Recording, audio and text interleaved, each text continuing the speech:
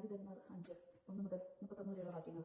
ദബോറയുടെ കീർത്തനം. അന്ന് ദബോറയും അബീനോവാമിന്റെ പുത്രൻ ബറാക്കും ഇങ്ങനെ പാടി: നേതാക്കന്മാർ ഇസ്രായേലിനെ നയിച്ചതിനും ജനം സന്തോഷത്തോടെ തങ്ങളെ തന്നെ സമർപ്പിച്ചതിനും കർത്താവിനെ വാഴ്ത്തുവിൻ. രാജാക്കന്മാരെ കേൾക്കുവിൻ, പ്രഭുക്കന്മാരെ ശ്രദ്ധിക്കുവിൻ. കർത്താവ് എന്നെ ഞാൻ കീർത്തനം പാടും. ഇസ്രായേലിന്റെ ദൈവമായ കർത്താവിനെ ഞാൻ പാടിപ്പുകഴ്ത്തും. കർത്താവ് അങ്ങ് സെയീറിൽ നിന്ന് പുറപ്പെട്ടപ്പോൾ, ഏതോ പ്രദേശത്ത് നിന്ന് മുൻപോട്ട് നീങ്ങിയപ്പോൾ ഭൂമി കുലുങ്ങി, ആകാശമേഘങ്ങൾ ജലം വർഷിച്ചു, പർവ്വതങ്ങൾ കർത്തസന്നിധിയിൽ വിറച്ചു പൂണ്ടു. ഇസ്രായേലിന്റെ ദൈവമായ കർത്താവിന്റെ സന്നിധിയിൽ സീനായി മല കുലുങ്ങി. അനാഥത്തിന്റെ മകൻ ഷംഗാറിന്റെ കാലത്ത് ജയലിന്റെ കാലത്തും സഞ്ചാരികളുടെ പോക്ക് നിലച്ചു. യാത്രക്കാർ ഇടവഴികൾ തേടി. ദെബേറ, നീ ഇസ്രായേലിന് മാതാവായി തീരും വരെ അവിടെ കൃഷിവല അറ്റുപോയിരിക്കുന്നു. പുതുദേവന്മാരെ ഉണർന്നപ്പോൾ യുദ്ധം കവാടങ്ങളിലെത്തി. ഇസ്രായേലിലെ 40,000-ത്തിനിടയിൽ കുന്തമോ പരിചയോ കാണുന്നുണ്ടായിരുന്നു. എന്റെ ഹൃദയം ഇസ്രായേലിലെ സേനാപതികളിലേക്ക് തിരിയുന്നു. അവർ സസന്തോഷം തങ്ങളെ തന്നെ ജനതകൾക്ക് വേണ്ടി സമർപ്പിച്ചല്ലോ. കർത്താവിനെ വാഴ്ത്തുവിൻ. ചെങ്കഴുത്തുറപ്പിച്ച് സവാരി ചെയ്യുന്നവരെ, മേൽത്തരം പർവ്വതാനങ്ങളിൽ ഇരിക്കുന്നവരെ, പല പാതാളങ്ങളിൽ നടന്നു നീങ്ങുന്നവരെ, നിങ്ങൾ ഇക്കാര്യം ഉദ്ഘോഷിക്കുവിൻ. തേക്കുപാട്ടോട് ചേർന്ന് അവർ കർത്താവിന്റെ വിജയം പ്രഘോഷിക്കും. ഇസ്രായേലിന്റെ കൃഷിവലന്മാരുടെ വിജയം കർത്താവിന്റെ ജനം പട്ടണവാതിൽക്കലിലേക്ക് അണിയണിയായി നീക്കി. ഉണരൂ ദെബോറ, ഉണരൂ, ഗാനം ആലപിക്കൂ. അബീനോവാമിന്റെ മകനായ ബാറാക്ക് എഴുന്നേറ്റ് തടവുകാരെ നയിക്കുക. ശ്രേഷ്ഠന്മാരിൽ ശേഷിച്ചവർ താഴേക്ക് അണിയണിയായി നീങ്ങി. കർത്താവിന്റെ ജനം ശക്തന്മാർക്കെതിരെ അണിയണിയായി ഇറങ്ങി വന്നു. ബെഞ്ചമിൻ നിന്നെയും നിന്റെ ബന്ധുക്കളെയും അനുഗമിച്ച് അവർ എഫ്രാമിൽ നിന്ന് താഴ്വരയിലേക്ക് പുറപ്പെട്ടു.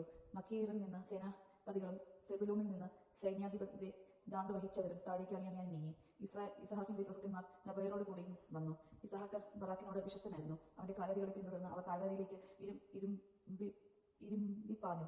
റൂബൻ ഭവനങ്ങളിൽ ആഴത്തിൽ ഹൃദയ പരിശോധന നടത്തി. ആട്ടിൻപറ്റങ്ങളുടെ ഇടയിൽ അവയ്ക്ക് ഉള്ള കുഴിവിളി കേൾക്കാൻ നിങ്ങൾ തങ്ങിയതെന്ത്? റൂബൻ ഭവനങ്ങളിൽ ആഴത്തിൽ ഹൃദയ പരിശോധന നടന്നു. ഗിലിയാദ് ജോർദാനൊപ്പം നീങ്ങി. ദാൻ കപ്പലുകളോടൊപ്പം വസിച്ചതെന്തുകൊണ്ട്? അശേർ കടൽ തീരത്ത് നിശ്ചലനായിരുന്നു. തുറമുഖങ്ങളിൽ താമസമുറപ്പിച്ചു. സ്വന്തം ജീവിതം മരണത്തിന് ഏൽപ്പിച്ച ജനമാണ് സെബലോൺ. യുദ്ധകളത്തിൽ നഫ്താലിയും മരണം വരിച്ചു. രാജാക്കന്മാർ വന്ന് യുദ്ധം ചെയ്തു.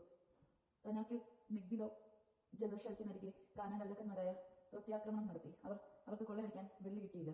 ആകാശത്തിൽ നക്ഷത്രങ്ങൾ യുദ്ധം ചെയ്തു. സഞ്ചാരപഥങ്ങളിൽ നിന്നുകൊണ്ട് അവർ സിസേറിയയ്ക്കെതിരെ പൊരുതി. കിഷോൻ പ്രവാഹം അവരെ ഒഴുക്കിക്കളഞ്ഞു. കുതിച്ചു മുന്നേറുന്ന കിഷോൻ പ്രവാഹം എന്റെ ആത്മാവെ ശക്തിയോടെ മുന്നേറുക. അപ്പോൾ കുന്തിരിക്ക കുമ്പിളുകൾ ഉറക്കെ പതിച്ചു. അവർ കുതിച്ച് പാഞ്ഞു. മെസോറിനെ ശപിക്കുക. കർത്താവിന്റെ ദൂതൻ പറയുന്നു, അതിലെ നിവാസികളെ കഠിനമായി ശപിക്കുക. എന്തെന്നാൽ അവർ കർത്താവിന്റെ സഹായത്തിന് വന്നില്ല. ശക്തന്മാർക്കെതിരെ കർത്താവിനെ തുണയ്ക്കാൻ അവർ അണിഞ്ഞിരുന്നില്ല. കേന്യനായ എബോറിന്റെ ഭാര്യ ജായിൽ ആകട്ടെ കൂടാരവാസികളിൽ ഏറ്റവും ധന്യ. അവൾ വെള്ളം ചോദിച്ചു, അവൾ പാൽ കൊടുത്തു. രാജകീയ കാലത്തിൽ കട്ടത്തൈലം കൊണ്ടുവന്നു. അവൾ കൂടാരത്തിന്റെ മരയാണ് കൈയെടുത്തു. വലത് കൈയിൽ വേലക്കാരിയുടെ ചുറ്റികയും അവൾ സീസേറയെ ആമടിച്ചു. അവന്റെ തല തകർത്തു. അവൾ അവന്റെ ചെന്നി കുത്തി തുളച്ചു. അവൻ നിലം പതിച്ചു. അവളുടെ കാൽക്കൽ നിശ്ചലനായി കിടന്നു. അവളുടെ കാൽക്കൽ അവൻ വീണു. അവിടെ തന്നെ മരിച്ചു വീണു. സീസേറയുടെ അമ്മ കിളിവാതിലൂടെ എത്തി നോക്കി. ജാലകത്തിലൂടെ വിളിച്ചു പറഞ്ഞു, അവന്റെ രഥം വൈകുന്നതെന്തുകൊണ്ട്? രഥകുതിരകളുടെ കുളമ്പടി വൈകുന്നതെന്തുകൊണ്ട്? അവളുടെ ജ്ഞാനവതികളായ സഖികൾ ഉത്തരം പറഞ്ഞു, അല്ല, അവൾ തന്നെത്താൻ പറഞ്ഞു. അവൾ കൊള്ള തിട്ടപ്പെടുത്തുകയും പങ്കുവയ്ക്കുകയും അല്ലേ? ഓരോരുത്തരിനും ഒന്നോ രണ്ടോ കന്യകമാരെ വീതം സിസേറയ്ക്ക് നിറപ്പക്കിട്ടാർന്ന ചിത്രപ്പണി ചെയ്ത വസ്ത്രങ്ങൾ.